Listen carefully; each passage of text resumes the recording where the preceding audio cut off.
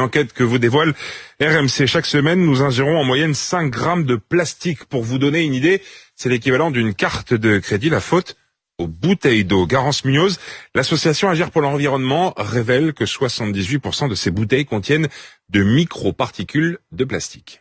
Sur 9 bouteilles d'eau testées, 7 sont contaminées au microplastique. Or, ceux-ci ne se dégradent pas une fois dans notre organisme. Bien au contraire, explique Nathalie Gontard de l'Institut de recherche pour l'agriculture, l'alimentation et l'environnement. Notre corps n'est pas équipé pour s'en débarrasser. Les enzymes ne vont absolument pas attaquer ce plastique qui va perdurer jusqu'à notre mort. Et ensuite, créer des déséquilibres, des destructions cellulaires, des cancers. Même si ces dangers sont encore difficiles à chiffrer, le principe de précaution devrait être respecté, alerte Stéphane Kirchhoff, directeur d'Agir pour l'environnement. On assiste à des industriels qui continuent à mettre sur le marché massivement, sans jamais s'intéresser aux effets potentiels de la migration des microplastiques. En France, ce sont presque 9 milliards de litres d'eau en bouteilles qui sont vendus chaque année, un scandale sanitaire d'après lui. On demande à ce que les publics sensibles, femmes enceintes, bébés, enfants, ne soient plus exposés à de l'eau embouteillée en plastique. On a vu que d'ailleurs dans notre analyse, c'est une bouteille destinée aux enfants qui est concentrée le plus de microparticules et une interdiction générale des bouteilles plastiques et des plastiques à usage unique d'ici la fin du quinquennat, c'est-à-dire 2027. Les buveurs d'eau en bouteille concentrent 22 fois plus de microparticules que les buveurs d'eau au robinet.